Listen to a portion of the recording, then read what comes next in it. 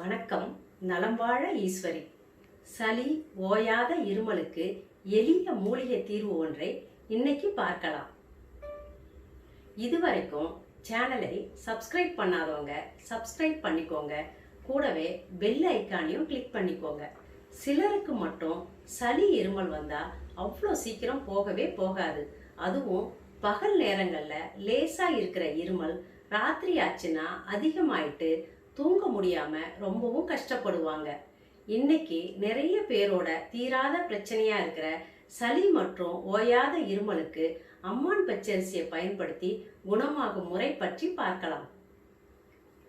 அம்மான் பச்சரிசியில ஒரு கைப்பிடி எடுத்து கழுவி உங்க வீட்டில் அம்மி இருந்தா லேசா தட்டி சாறு எடுத்துக்கோங்க.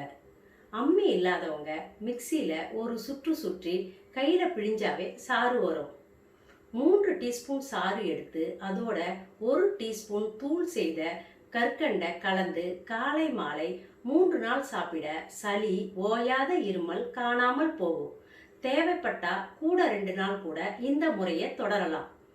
பக்க விளைவுகள், செலவுகள் இல்லாத பலரும் பலனடைந்த எளிய இந்த முறையை பயன்படுத்தி பாருங்க.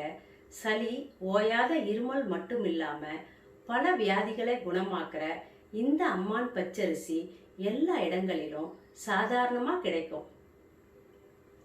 உங்களுக்கு தெரிஞ்ச அனுபவ குறிப்புகளையும் கமெண்ட் பண்ணுங்க.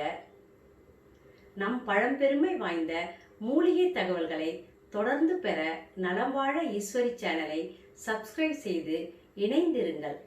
என்றும் நலம் வாழ ஈஸ்வரி. நன்றி, வணக்கம்.